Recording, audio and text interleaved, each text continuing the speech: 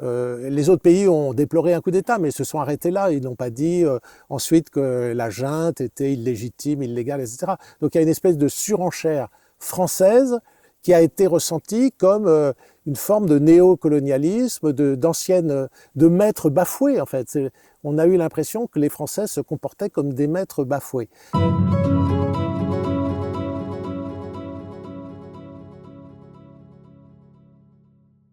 Nicolas Normand, une centaine de sénateurs français, vers la fin du mois de juillet, ont écrit une tribune avec en tête Roger Karouchi, des sénateurs de tous bords, pour exprimer le fait que la mission Barkhane engagée par l'armée française au Sahel fut un échec. Est-ce que vous diriez que ces sénateurs sont animés d'un sentiment anti-français ou est-ce qu'ils sont ingrats par rapport à la cinquantaine de soldats français qui ont donné leur vie au Sahel dans la lutte contre le djihadisme? Non, je dirais ni l'un ni l'autre. Je crois que ces sénateurs, ils ont constaté qu'il y avait un échec politique de la mission Barkhane, puisque en pratique, elle a été chassée du Mali. Et donc, ils s'interrogent sur la politique africaine de la France. C'est surtout ça le sens de leur interpellation. Maintenant, parler d'échec est peut-être un peu un mot exagéré, parce que le bilan est mitigé, en ce sens que depuis le départ de Barkhane, il y a eu quand même une aggravation de la situation sécuritaire au Mali. Cela étant, ce qui est l'élément d'échec, c'est l'aspect politique des choses, le rejet par les autorités maliennes, le rejet par une partie de la population. Mais sur le plan strictement militaire, il y a eu quand même beaucoup de djihadistes qui ont été tués. Bien entendu, l'armée française n'avait pas la solution. C'est là qu'il y a eu échec. L'échec, c'est entre l'attente qui était démesurée et les capacités de l'armée française à remplir une mission relativement impossible avec 5000 hommes sur un immense territoire sans traiter les causes du mal. Justement, d'autres personnes ont tenu exactement ces mêmes propos. Ça a été la rue, ça a été des politiques de premier plan au Mali, et des gens au sein du Conseil national de transition au Mali, et même au-delà du Mali. Ils ont été qualifiés d'ingrats envers la France qui a perdu une cinquantaine de soldats au Sahel. Et par ailleurs, on parle de sentiment anti-français chaque fois que ce type de voix s'élève. Et là, c'est à l'intérieur des chambres françaises. Est-ce que Roger Karouchi et la centaine de sénateurs sont animés d'un sentiment anti-français? Sont-ils des ingrats envers la France? Non, non, pas du tout. Ils se posent à juste titre des questions pour comprendre pourquoi ça n'a pas marché. Alors on le sait aujourd'hui pourquoi Barkhane a rencontré de graves difficultés. Le fait qu'il se battait, d'abord l'alliance initiale, mais qui n'a pas duré longtemps, heureusement, avec les séparatistes du MNLA, qui était une erreur complète, mais ça a été reconnu assez vite. Deuxièmement, le fait de se battre largement en solo. Les camps de l'armée française étaient séparés des camps des FAMA. Ils se battaient un peu en solo, donc en substitution de l'armée malienne, sous prétexte que l'armée malienne n'était pas prête à affronter directement le combat avec les djihadistes, ce qui est en partie vrai d'ailleurs. Et ensuite, ils ont communiqué en solo. Ça, c'est une faute politique. Ils n'auraient pas dû faire des communiqués comme s'ils étaient chez eux. Il fallait que les communiqués soient signés par les autorités maliennes ou au moins des communiqués conjoints. Donc cette série de fautes, plus l'absence de résultats, puisque les communiqués étaient assez triomphalistes, en général, c'est on a éliminé tel et tel chef djihadiste, mais en pratique, la situation sécuritaire se dégradait. Donc il y a eu un problème de crédibilité dans leur action, puisque les résultats n'étaient pas là. Donc beaucoup de Maliens n'ont pas compris qu'une des plus grandes armées du monde, peut-être la 4e ou la 5e, ne réussissent pas à éliminer le péril djihadiste. En fait, dans une guerre asymétrique de ce type, une armée conventionnelle ne peut pas forcément traiter une guérilla, une insurrection rurale très disséminée, puisque ça a été le problème des Américains en Afghanistan, n'est-ce pas, où eux, ils avaient 100 000 hommes sur un territoire plus petit, ou bien c'est le problème de l'armée du Nigeria au Nigeria, ou c'est le problème aussi en Somalie. On voit bien qu'aucune armée traditionnelle, conventionnelle, n'a les moyens de résoudre une situation de groupe armé terroriste disséminé, parce que les méthodes de combat ne sont pas les mêmes, et aussi parce que les causes qui alimentent le djihadisme ne sont pas traitées. Donc ça revient un peu à tondre une pelouse qui repousse, si vous voulez. Donc, est-ce que les opinions sur le continent africain qui critiquent l'intervention militaire française, qui la qualifient d'échec, sont animés d'un sentiment anti-français, puisque ce n'est plus que eux seuls leur apanage. Du côté français, une centaine de sénateurs, ce n'est pas rien, qui disent que c'est un échec. Du coup, est-ce qu'on doit continuer à qualifier les opinions sur le continent africain qui dénoncent l'intervention française au Sahel, de porter un sentiment anti-français ou d'être ingrat? Est-ce que ce discours tient toujours dès lors que des sénateurs français les ont rejoints? Alors non, ce discours ne tient pas, mais je crois qu'il y a deux choses différentes. Faire le constat des insuffisances de l'opération Barkhane, ce n'est pas du sentiment anti-français, puisqu'on le fait aussi en France, et c'est un constat objectif.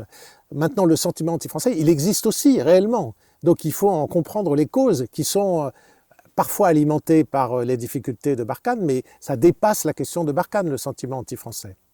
Aucune entreprise, aucune multinationale française n'a été déboulonnée dans les 3 pays qui sont le Mali, le Niger, le Burkina Faso.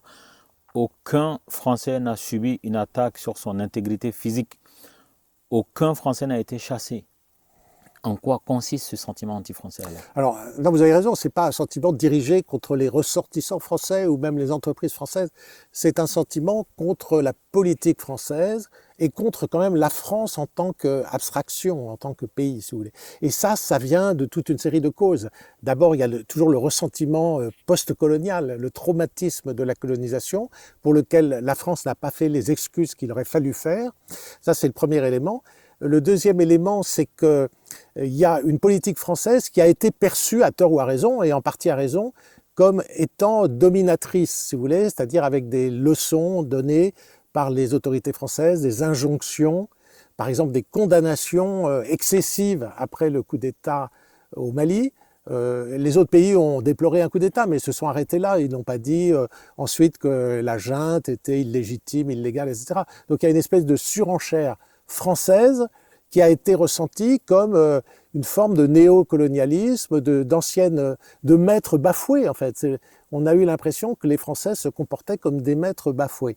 Et ça, c'est la faute des Français, enfin des autorités françaises. Donc le président Macron et ses ministres ont eu une communication qui était inadaptée, déphasée par rapport à la situation d'aujourd'hui, tout simplement. Est-ce que le mot rejet de la politique extérieure de la France au Sahel n'est pas le terme le plus adapté, parce que l'utilisation du terme sentiment anti-français, le sentiment ne reposant sur rien de factuel, et contraste avec le rejet. Le rejet, il est fondé sur des éléments factuels.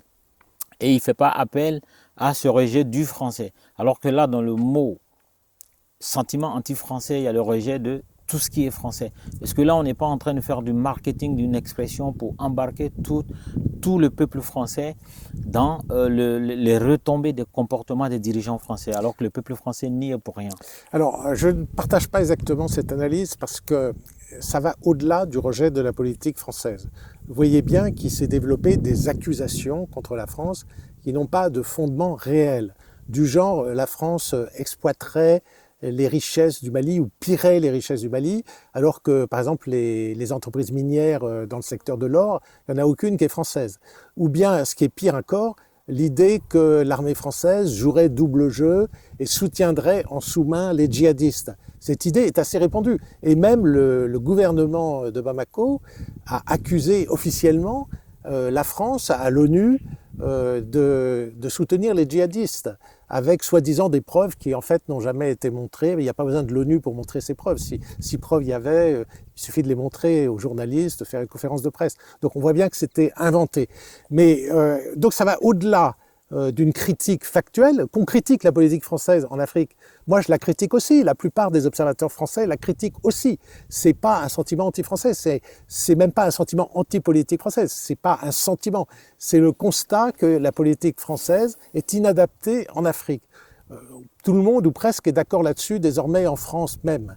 N'est-ce pas? Le fait d'avoir le franc CFA, le fait d'avoir des bases militaires, le fait, même si ça a disparu aujourd'hui, d'être le gendarme de l'Afrique, tout ceci est critiquable parce que ça relève d'une idéologie d'une autre époque, d'une idéologie paternaliste, où la France devait un peu être le tuteur des pays africains. Cette idéologie, en France, elle est morte aussi.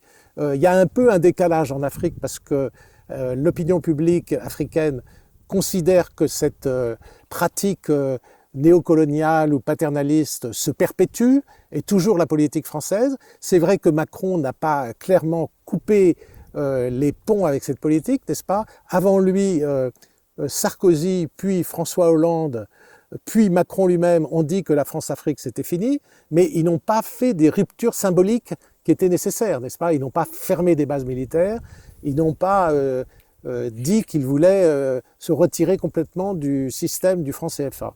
Indépendamment des aspects techniques du franc CFA, qui est peut-être bénéfique ou pas, c'est un autre sujet. Sur le plan symbolique, le franc CFA, évidemment, est perçu comme une ingérence dans une question souveraine. Et donc, il faudrait, tout le monde le dit maintenant, quitter le système du franc CFA, fermer les bases militaires qui, en réalité, ne servent pas à grand-chose. Les bases françaises en Afrique de l'Ouest, n'est-ce pas? Il y en a 3 sur la côte, Sénégal, Gabon et Côte d'Ivoire. On n'en a pas besoin de ces bases, donc autant les fermer. Voilà. Alors, toutes ces ruptures n'étant pas intervenues, la perception est que l'ancienne politique néocoloniale qui a existé pendant longtemps, qui est héritée du général de Gaulle, qui a été poursuivie avec Mitterrand par exemple, que cette politique un peu paternaliste, néocoloniale, le sentiment est qu'elle se poursuit.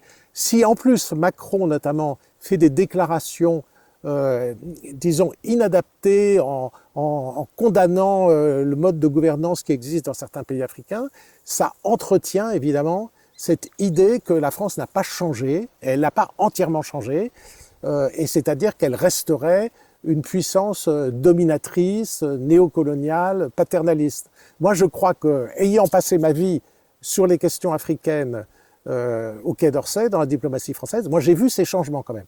On a supprimé le ministère de la Coopération, qui était un ministère de l'Afrique française, francophone, je veux dire, des anciennes colonies d'Afrique ex-française. Ça a été supprimé. On a changé l'aide au développement qui s'étend sur le monde entier au lieu d'être concentré sur les pays francophones. Il y a eu un certain nombre de changements. Il y a eu aussi un désintérêt un peu pour les pays d'Afrique de l'Ouest ou d'Afrique francophone. On a voulu avoir des relations plus développées avec les pays anglophones. Mais tout ceci n'a pas supprimé en fait un certain nombre de symboles. Et donc cette rupture, elle est incomplète. Elle a été pas ressentie comme une rupture par l'opinion africaine. Le changement de paradigme qui a été mis en avant par les militaires qui ont pris le pouvoir après la chute du président Ibrahim Boubacar Keïta, ce changement de paradigme auquel on y croyait moyen a gangréné tout le Sahel. Comment est-ce qu'on a vu venir? Est-ce que la diplomatie française l'a vu venir? Ou si elle n'a pas pu venir, elle n'a pas pu voir venir ce changement de paradigme qui gangrène tout le Sahel? Qu'est-ce qui s'est passé? Est-ce qu'elle était suffisante dans ses analyses depuis des décennies que personne ne surveillait? Qu'est-ce qui s'est passé pour que au Mali, où la France était accueillie en prince sous le président François Hollande, vienne à être chassée sous le président Macron et ensuite chassée au Burkina Faso et en train d'être chassé au Niger? Qu'est-ce qui s'est passé concrètement? Ce qui s'est passé, c'est effectivement que les autorités françaises n'ont pas anticipé les transformations, les mutations de la société africaine. Les sociétés des pays d'Afrique de l'Ouest sont marquées par la montée d'une jeunesse issue d'une très forte démographie. Au Niger, la moyenne d'âge est inférieure à 15 ans. Donc c'est une population très jeune. Ça, c'est le premier élément. Deuxième élément, les États sont faibles et ne contrôlent pas l'ensemble de leur territoire. Et les États n'apportent pas des services publics à l'ensemble de la population. Troisième élément, de vastes zones étant incontrôlées, et la jeunesse étant sans espoir d'insertion professionnelle, d'insertion sociale, n'ayant pas de projet pour l'avenir, se radicalise. Et donc la jeunesse, quand elle est rurale, elle est souvent attirée par les groupes armés, extrémistes religieux, séparatistes ou bandits armés. Et dans les villes, elle réclame surtout le changement, parce que le changement pour le changement, n'est-ce pas? Des jeunes qui sont en situation très difficile, ils espèrent, ils pensent qu'il faut changer, parce que forcément, ils accusent leurs autorités. Et donc, ils soutiennent les coups d'État, quels que soient les coups d'État. Ce n'est plus la génération des années 90 qui réclamait la démocratisation parce qu'ils étaient étouffés dans leur liberté, qui n'avaient pas le droit de s'exprimer. Ça, c'était l'époque des années 90. L'époque actuelle, c'est une génération montante de gens qui veulent le changement pour le changement et qui soutiennent les coups d'État. Et malheureusement, on voit quelquefois des coups d'État qui succèdent à d'autres coups d'État. Alors, les coups d'État, les putschistes, pour se maintenir, ils exploitent aussi ce sentiment. Ils disent qu'on va changer complètement de partenaire, de modèle, d'où le rejet de la France. La France devient aussi le bouc émissaire commode, et la France elle-même est accusée par l'opinion publique comme étant le principal partenaire de l'aide au développement ou de l'aide militaire. Comme ça n'a pas donné les résultats escomptés, le développement n'est pas arrivé, la sécurité n'est pas arrivée, donc le partenaire est coupable. Donc il faut changer de partenaire. Tout ceci fait que les Français sont poussés dehors et qu'on essaye autre chose. On essaye les Russes, on verra bien. Je pense que dans quelques années, la présence de la coopération russe va susciter également, et même plus fortement encore probablement, des déceptions. On n'en est pas encore là, mais ça c'est pour l'avenir. Vous avez évoqué les éléments qui justifient sur le continent africain. Ma question concernait la France. Est-ce qu'elle n'a pas de responsabilité sur son rejet, sur le fait qu'aujourd'hui, au Mali, au Burkina, au Niger et peut-être ailleurs, il y a d'autres pays qui souhaitent son départ. Quels sont les éléments qu'on pourrait attribuer, qui sont imputables à la France sur le désamour des Africains vis-à-vis de l'ancienne puissance coloniale? J'ai un petit peu répondu, c'est-à-dire on n'a pas anticipé ces transformations très importantes, et si on les avait anticipées, on aurait adapté notre dispositif.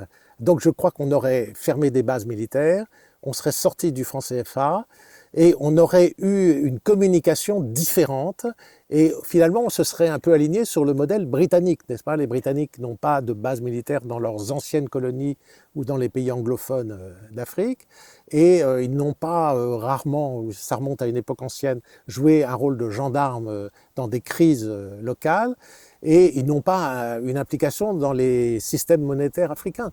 Donc il fallait adopter une diplomatie plus normalisée, il ne fallait pas avoir des relations différentes avec les pays africains qu'avec les pays, je dirais, d'Amérique latine par exemple. Il fallait avoir un profil plus discret et avoir moins de visibilité. Et dans ce cas-là, on n'aurait pas été le bouc émissaire désigné. Mais vous, justement, vous êtes bien placé pour nous le dire, même si, bon, on n'est pas obligé d'être d'accord sur le sujet. La France peut-elle vivre, peut-elle exister telle qu'elle est aujourd'hui sans avoir le levier monétaire en Afrique de l'Ouest, sans se mêler de politiques intérieures, sans avoir ses bases militaires un peu partout en Afrique, sachant qu'aujourd'hui, il y a une guerre entre les 5 plus grandes puissances mondiales pour avoir des outils dont la portée peut atteindre le reste du monde, la France n'ayant pas ces moyens d'atteindre toutes les capitales du monde de Paris, elle est obligée d'avoir des bases un peu partout pour avoir une capacité de réaction plus rapide. Est-ce que la France pourrait vivre sans les États africains qui lui donnent une ouverture, une position géographique prépondérante sur le globe?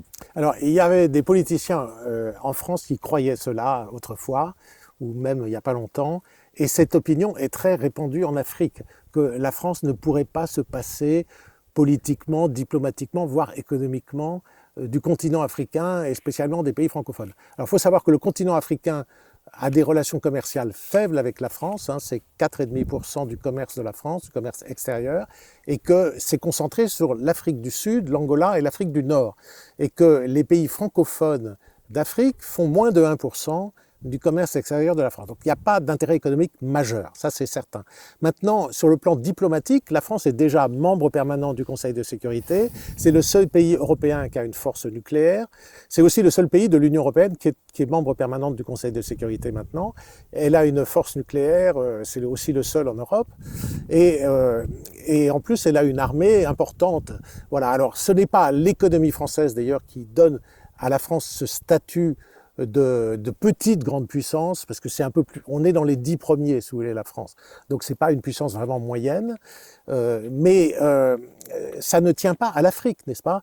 On peut fermer les bases en Afrique sans aucun inconvénient pour la France. À quoi servent les bases militaires françaises en Afrique? Aujourd'hui, elles servent essentiellement à évacuer des communautés françaises en cas de crise. Mais les autres pays ne font pas la même chose. Et d'autre part, il y a des avions aujourd'hui suffisamment gros et suffisamment rapides pour évacuer une communauté étrangère en cas de crise sans avoir besoin d'un dispositif permanent sur place. Donc techniquement, militairement, on n'a pas absolument besoin de ces bases militaires héritées du passé. On pourrait les fermer. Le franc CFA, ça ne rapporte absolument rien à la France. D'abord, il est fixé sur l'euro, donc à la limite, si certains pays devraient en bénéficier, c'est toute la zone euro et pas spécialement la France, hein, puisque c'est convertible avec l'euro, il n'y a plus de monnaie française, c'est une monnaie européenne. Et d'autre part, c'est un dispositif qui était là pour aider les pays africains au départ, pour leur mettre un système monétaire efficace en place. Mais il n'y a plus de raison de le faire aujourd'hui. Les pays africains peuvent assurer eux-mêmes leur souveraineté monétaire. Il se trouve qu'en Afrique de l'Ouest, le Nigeria et le Ghana ont des difficultés avec leur système monétaire et que les chefs d'État africains ne sont pas désireux de quitter le franc CFA. Je rappelle qu'à tout instant, un pays peut se retirer du système du franc CFA.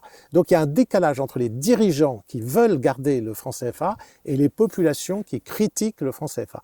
Mais la France devrait écouter un peu plus les populations et un peu moins les dirigeants, et peut-être un peu plus justement la perception négative que donne ce système, et donc il n'y aurait aucun inconvénient, il n'y aurait que des avantages pour la France à se retirer du franc CFA. Donc moi j'ai toujours plaidé pour que la France se retire du franc CFA pour préserver l'image de la France.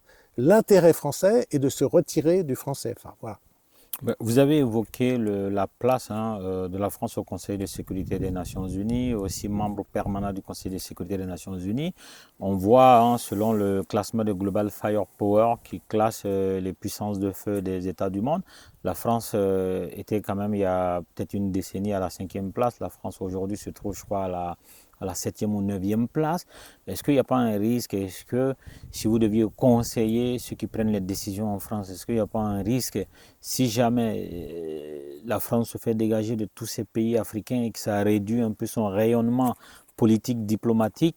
Est-ce qu'il n'y a pas un risque que un jour aussi, il y a plusieurs Joe Biden ou plusieurs, enfin je ne vais pas dire Joe Biden, plutôt Donald Trump, qui sont à la tête des États-Unis et de d'autres pays, qui décident de réformer le Conseil de sécurité, que la France perde sa place de membre permanent. Y a-t-il pas un risque Alors il y a deux questions dans votre question. Le fait d'être membre permanent du Conseil de sécurité, la France souhaite un élargissement du Conseil de sécurité avec plus de membres permanents, mais cette réforme est bloquée par les États-Unis, par la Chine. La Chine ne veut pas que le Japon rentre au Conseil de sécurité et ne veut pas que l'Inde rentre au Conseil de sécurité. Donc, c'est pas la France qui bloque, c'est essentiellement la Chine, et c'est aussi tous les pays qui seraient perdants. Par exemple, l'Italie ne veut pas que l'Allemagne rentre au Conseil de sécurité. L'Argentine ne veut pas que le Brésil rentre au Conseil de sécurité, le Mexique non plus. Donc le camp des opposants à la réforme est plus nombreux en nombre d'États que les bénéficiaires d'une réforme. Et donc, pour cette simple raison de majorité, la réforme du Conseil de sécurité est bloquée. Maintenant, en ce qui concerne le rang international ou l'influence internationale de la France, les pays occidentaux en général, avec peut-être une petite exception pour les États-Unis, forcément, on va perdre de l'influence parce qu'il y a une diffusion des sciences, des technologies, du développement économique sur toute la planète. Donc, il y a des pays qui émergent partout. C'est une excellente chose, n'est-ce pas? Il y a des pays émergents, l'Indonésie, le Brésil, une bonne partie de l'Asie, et même en Afrique, l'Afrique du Sud et quelques autres, se développent et deviennent de plus en plus importants. Donc, le poids relatif de l'Occident diminue. Le PIB des pays occidentaux, c'était au début du siècle les 2/3 du PIB mondial. Aujourd'hui, c'est le tiers. Et sur le plan du nombre de gens, de la population aussi, la population européenne n'augmente pas, alors que le reste du monde, il y a une population qui se développe. Donc le déclin relatif de l'Occident est un constat qu'il faut faire, il ne faut pas le regretter. Ça veut dire que le reste du monde se développe et rattrape le niveau occidental. Donc c'est une bonne chose, et finalement l'Occident lui-même en bénéficie, parce que c'est un gâteau plus grand sur le plan économique, c'est plus de prospérité mondiale, et les entreprises occidentales ne sont pas déclassées dans cette situation, c'est-à-dire elles continuent d'avoir des échanges avec plus de pays développés. Je vous disais tout à l'heure qu'il y a peu d'échanges avec l'Afrique. Si l'Afrique se développe beaucoup, le commerce de la France avec les pays africains va en bénéficier.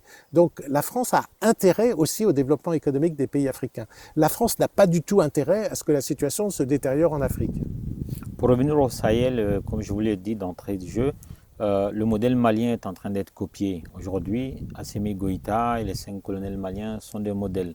On a vu juste après le coup d'État du Burkina Faso du capitaine Traoré, il y a eu une connexion avec Bamako. Et donc certainement que les 5 colonels au Mali ont donné des conseils sur la recette malienne pour mettre en place le dégagisme de la France, parce que c'est le modèle qui fonctionne le mieux aujourd'hui au Sahel. On a vu au Niger, même pas une semaine après le putsch militaire, il y a eu une délégation de haut rang qui s'est déplacée à Bamako pour prendre des conseils. Est-ce qu'on pourrait dire que le Mali a piraté le logiciel français qui lui permettait d'exister en France et de dormir sur ses deux oreilles? Alors en fait, il y a un effet domino, oui, c'est-à-dire qu'il y a une contagion du coup d'État du Mali, parce que c'est lui qui a commencé, vers 3 autres pays en Afrique de l'Ouest. Alors c'est dû à 2 choses. Premièrement, il n'y a pas eu de véritables sanctions sur le coup d'État du Mali, n'est-ce pas? La CEDEAO a fait des petites sanctions, mais avec beaucoup d'exemptions. Ça n'a pas duré longtemps, on a rapidement trouvé un compromis, et donc ça n'a pas dissuadé d'autres coups d'État. Il n'y a pas eu d'effet de dissuasion contre les coups d'État. Et ça explique en partie le fait que des militaires au Burkina Faso, puisqu'il y en a eu deux fois des coups d'État militaires au Burkina Faso et au Niger, on dit finalement on ne prend pas beaucoup de risques pour nous-mêmes en faisant un coup d'État.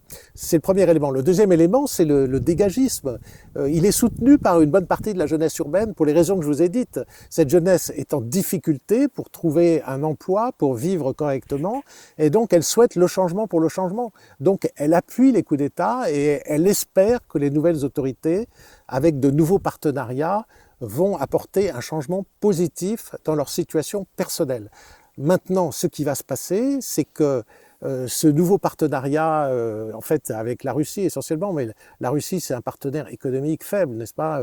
Le PIB de la Russie, c'est inférieur à celui de l'Espagne ou de l'Italie. À peu près l'Espagne, c'est inférieur à l'Italie. C'est la 14e puissance économique mondiale. C'est un pays en déclin démographique. C'est un pays qui n'exporte rien d'autre que des matières premières et des armes.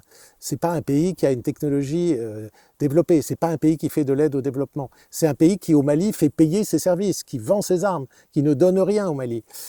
Et donc, ce partenariat, en plus, a l'inconvénient de couper l'aide occidentale, l'aide des États-Unis, du Canada, de l'Union européenne, de la France.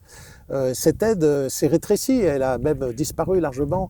Et donc le Mali va se trouver, et ensuite le Burkina Faso et sans doute le Niger, va se trouver en situation difficile, de plus en plus difficile sur le plan économique.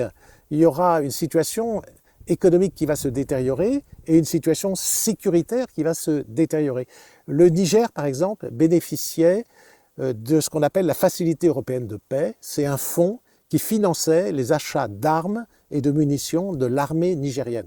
Donc l'armée nigérienne était en train de se rééquiper grâce à l'aide européenne. Ceci est coupé désormais et donc la situation va être mauvaise dans le rapport de force, n'est-ce pas, entre l'armée du Niger et les groupes terroristes. Pour l'instant, le Niger avait les meilleurs résultats dans la région. Pas seulement à cause de l'aide militaire occidentale, mais aussi parce que le président Bazoum avait une stratégie qui n'était pas le tout militaire.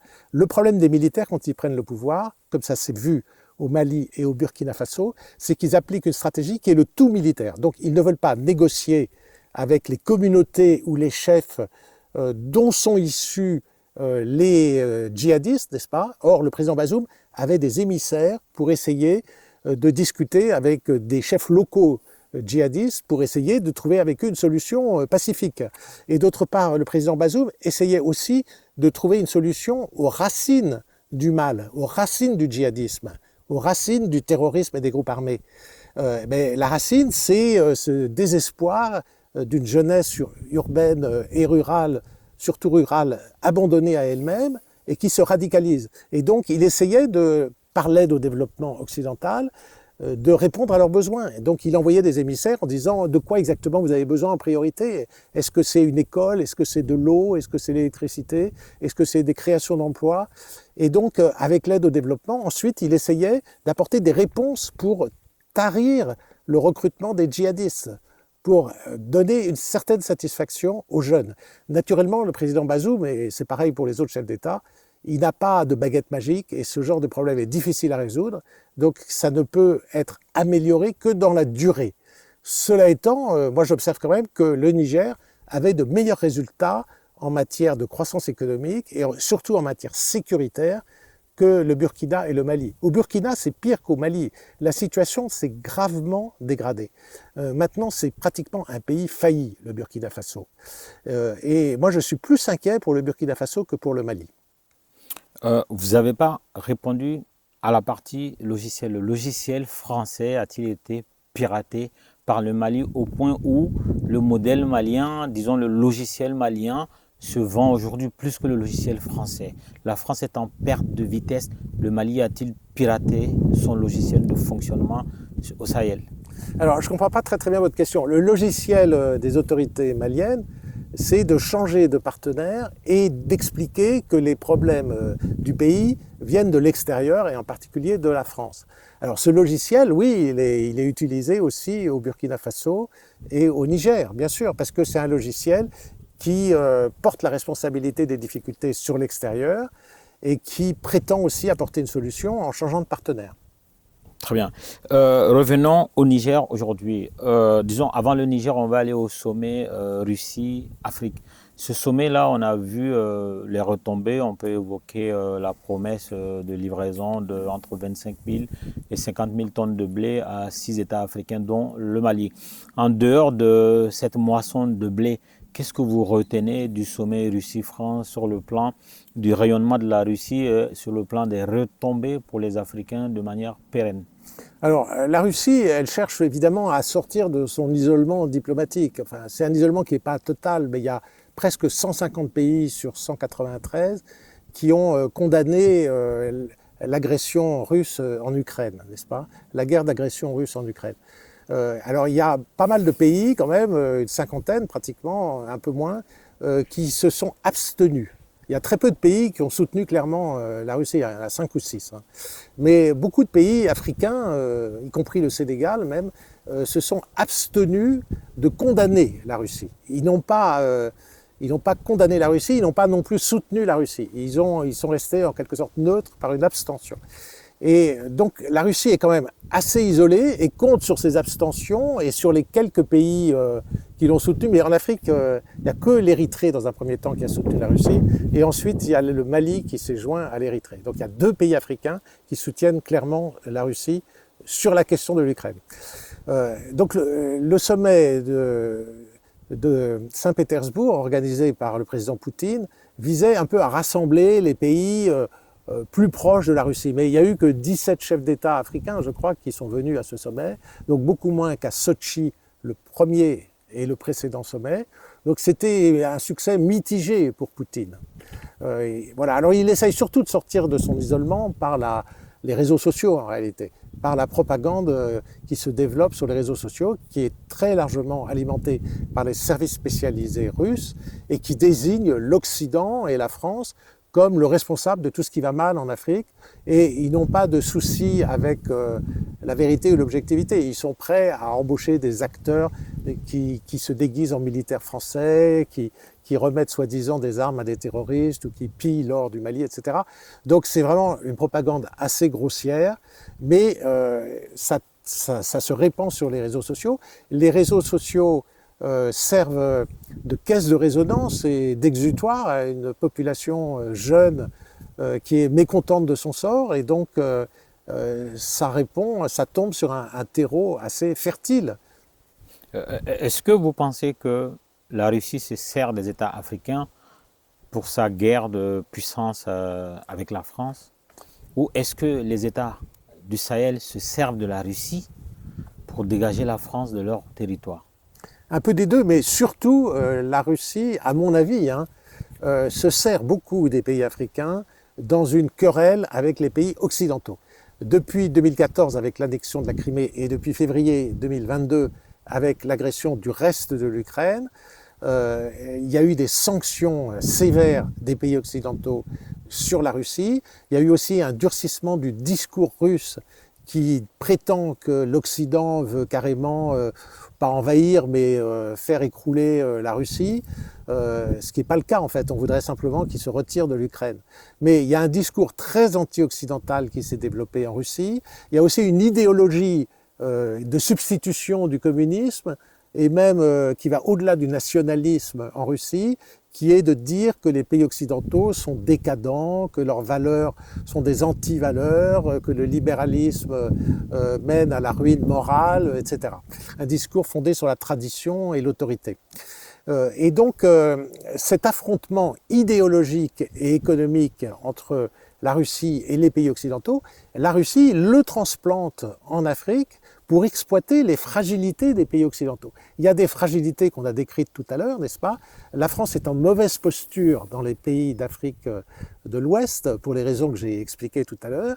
Et donc, c'est pain béni, si on peut dire, pour la Russie, qui alimente le sentiment anti-français qui est réel, qui n'est pas seulement un sentiment contre les réalités de la politique française, qui est un sentiment qui va au-delà qui considère que la France veut du mal à l'Afrique, et la Russie essaye d'alimenter l'idée que les pays occidentaux voudraient du mal à l'Afrique. Voilà. Et donc, c'est essentiellement ça. Alors maintenant, aussi, certains pays africains utilisent la Russie. En fait, il n'y a que le Mali pour l'instant et l'Afrique, la République centrafricaine. Ce sont les deux seuls pays qui ont invité des forces russes, en réalité des mercenaires Wagner, qu'il faut payer très cher tous les mois, mais qui ont deux avantages. Premier avantage, ça assure les autorités locales contre un nouveau putsch. On voit bien qu'une garde présidentielle de même nationalité que les putschistes, par exemple, n'empêche pas un deuxième putsch, ou même un putsch tout court, comme on vient de le voir au Niger. Si le président Bazoum avait eu une garde étrangère payée, il n'aurait pas été renversé par le chef de sa garde présidentielle qui voulait prendre sa place. Donc ça assure une sécurité aux institutions du pays, c'est pas négligeable. Et deuxièmement, les forces Wagner interviennent dans le centre du Mali, où Barkhane n'intervenait pas. Pourquoi Barkhane n'intervenait pas dans le centre du Mali?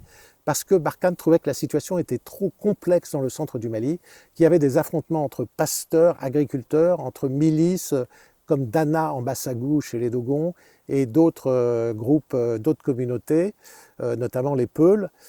Et donc la France ne voulait pas intervenir dans cette zone, se contentait d'intervenir dans le nord et dans la région des trois frontières. Les gens de Wagner ont permis aux FAMA de revenir dans le centre. Alors, c'est vrai que le centre était une zone où Bamako avait perdu le contrôle et que beaucoup de villages, de communautés étaient sous le joug, sous la domination des djihadistes dans le centre. Le problème de Wagner, c'est qu'ils n'ont pas fait la distinction entre des populations soumises aux djihadistes, mais non djihadistes, et les djihadistes eux-mêmes. Et quand ils sont arrivés à Moura, en particulier, d'après l'ONU, c'est pas la France qui le dit, c'est les rapports officiels de l'ONU, les Wagner, accompagnés des FAMA, ont tué indistinctement 500 personnes. Dans les 500 personnes, il y avait des djihadistes, il n'y a aucun doute là-dessus. Mais il n'y avait pas que des djihadistes, il y avait des femmes, des enfants et des civils qui n'étaient pas djihadistes, qui étaient simplement soumis à la domination des djihadistes. Alors ça, c'est la particularité de Wagner. Ce n'est pas des forces professionnelles, militaires, ce sont des mercenaires, et ce sont en plus des gens, les mercenaires, c'est pas n'importe quel mercenaire, c'est des mercenaires qui sont recrutés dans les prisons russes, ce sont des criminels, des assassins qui étaient condamnés à des longues peines et qu'on a fait sortir de prison à condition qu'ils viennent dans cette milice. Et donc pour eux, c'était une aubaine. Ils allaient gagner de l'argent, ils allaient sortir de prison et ils sont venus sous ces conditions au Mali. Donc on ne peut pas s'attendre à ce que des gens qui aient un tel comportement se comportent comme des militaires professionnels au Mali. Et malheureusement, ils ont entraîné les FAMA dans cette affaire, notamment dans le centre du Mali, au détriment de l'image du Mali. L'image du Mali a beaucoup perdu dans cette affaire. Certes, les autorités maliennes dénient, disent que c'est des inventions, des mensonges, mais c'est difficile de dire ça quand il s'agit de rapports officiels de l'ONU, et ce n'est pas cru en dehors du Mali. Donc, dans l'ensemble des pays du monde, Wagner a terni l'image du Mali, et moi je le regrette beaucoup pour le Mali. Bon, ce n'est pas une question, mais les mêmes Nations Unies avaient enquêté, avaient établi la responsabilité de l'armée française dans une bavure à Bounti qui avait tué 24 personnes. Mais ce n'était pas une question. Pour revenir au On Niger, peut en parler, si vous voulez, de Bounty. Hein. bon, on en a déjà Ouais, largement d'accord. parlé. On va évoquer le Niger et le coup d'État au Niger. La CEDEAO est dans des dispositions en fait sur deux voies, une voie diplomatique et une voie militaire. Donc Paris soutient par la voie d'Emmanuel Macron une intervention militaire de la CEDEAO pour déloger le CNSP au pouvoir. Et C'est pas si clair, non? Mm, c'est pas si clair. C'est pour ça que je vous dis mm. qu'il y a à la fois la voie militaire et la voie diplomatique. Vous, qu'est-ce que vous pensez de, une fois de plus, dès lors qu'il y a la CEDEAO qui intervient, qui est un organe auquel le Niger appartient. Le Niger fait partie des fondateurs de la CEDEAO. Et cette CEDEAO qui a pris les choses en main, est-ce que c'était opportun qu'Emmanuel Macron s'adresse, étant donné que les opinions africaines, même si Emmanuel Macron disait quelque chose de positif, n'en veulent pas? Est-ce qu'il ne vient pas enlever de la légitimité à la CEDEAO en venant intervenir dans quelque chose qui a déjà été dit? Emmanuel Macron n'a rien dit de nouveau. Était-ce opportun de sa part de s'exprimer sur cette question-là du Non, Niger? non, c'était pas opportun, je suis d'accord avec vous. Je ne comprends pas que Emmanuel Macron et les autorités françaises fassent des commentaires de ce genre. Puisque la politique française, c'est de dire c'est aux organisations régionales de s'occuper de ces crises. Et ils ont quand même précisé qu'ils n'interviendraient pas militairement. Hein. La ministre française a dit pas question que l'armée française se mêle de cette affaire. Alors, dans ce cas-là, il faut adopter un mode silencieux. Il faut dire on soutient la CEDEAO, point barre. Il ne faut pas faire de commentaires. Il faut dire le minimum de choses. Parce que sinon, ça accrédite, ça crédibilise l'idée fausse que la CEDEAO serait manipulée par la France. Il est évident que le président du Nigeria, un pays anglophone de 220 millions d'habitants, ne doit rien à la France et n'a aucune raison d'écouter spécialement ou d'être influencé par Macron. Même chose pour le Ghana. D'ailleurs, les francophones, du fait qu'il y a 4 pays suspendus, hein, qui sont 4 pays francophones justement dans la CEDEAO, maintenant les francophones sont en minorité en plus dans les 11 pays qui restent de la CEDEAO. Donc la France n'a aucune influence. Et puis pourquoi elle aurait de l'influence? De quoi elle se mêle? C'est pas son problème. Donc les pays de la CEDEAO, ils ont surtout peur que des putschistes renversent leur propre chef d'État, n'est-ce pas? C'est un club de chefs d'État qui ne souhaitent pas que des putschistes fassent la même chose chez eux. Voilà. Donc c'est aussi simple que ça. Maintenant, sur cette menace militaire, la France l'a pas spécialement soutenue. Elle a dit qu'elle soutenait par principe les décisions en général de la CEDEAO. Les décisions de la CEDEAO, c'est de privilégier toujours, disent-ils, l'option négociation, l'option diplomatique, sans exclure, en dernier ressort, disent-ils, l'option militaire à laquelle ils ont demandé qu'on se prépare, en activant la force en attente, en déployant la force en attente, mais ils n'ont pas donné le feu vert pour une action militaire sur le Niger. Alors en plus, moi je crois personnellement que techniquement, militairement et même politiquement, cette opération militaire n'est pas possible et n'aura pas lieu.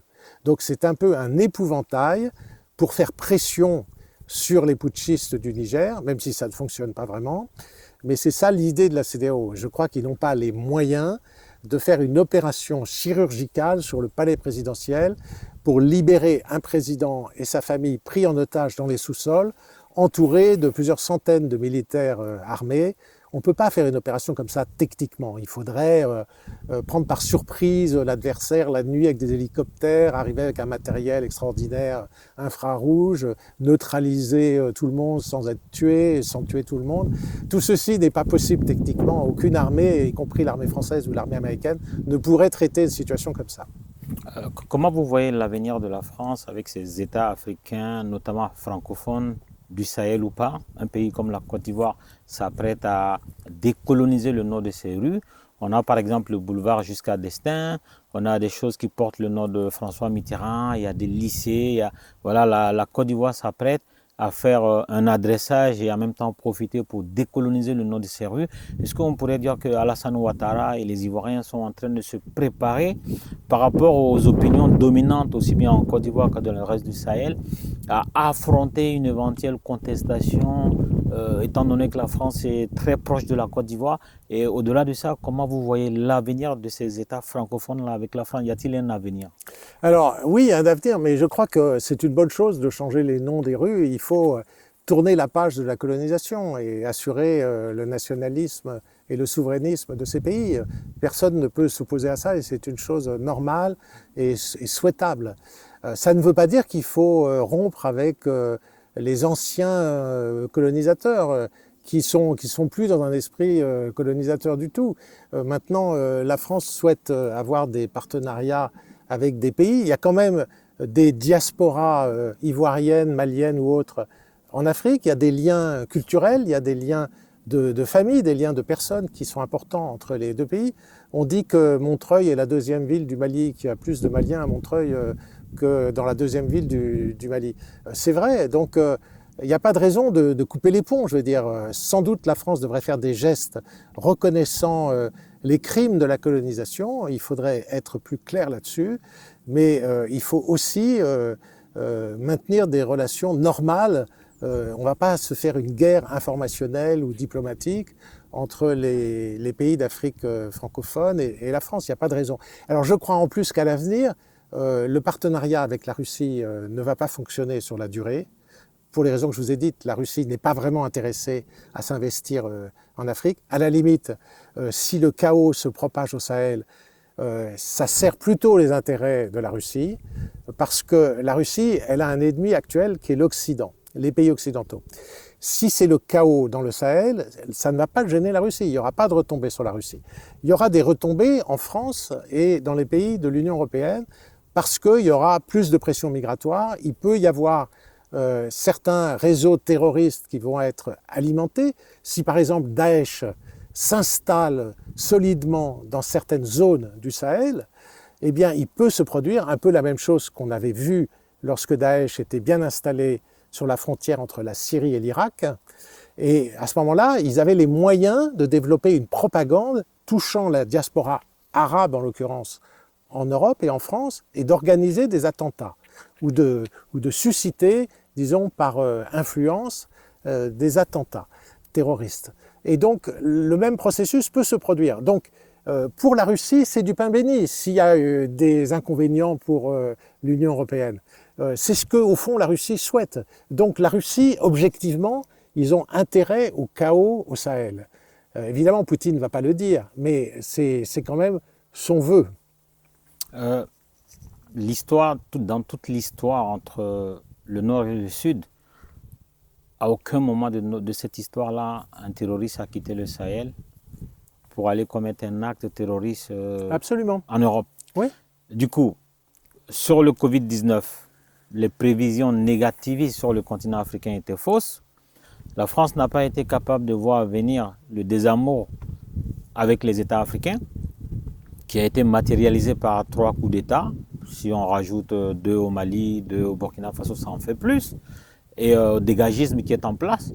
Et là, la projection que vous venez de faire ne rejoint-elle pas ces 2 premières projections qui ont été fausses? Est-ce que là encore, on n'est pas en train de vendre une erreur d'analyse à l'humanité en disant que s'il y a le chaos, déjà il faut prouver qu'il y aura le chaos.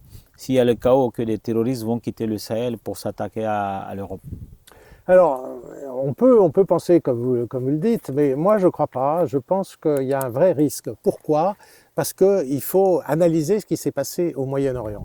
Au Moyen-Orient, Daesh, pour la première fois, à partir de 2014, a créé une espèce de pseudo-État, c'est-à-dire une zone entièrement contrôlée, où ils battaient même monnaie, où ils exploitaient le pétrole localement, où ils contrôlaient complètement la population, et ils ont développé des moyens informatiques pour avoir une influence sur leur diaspora, la diaspora arabe en Europe.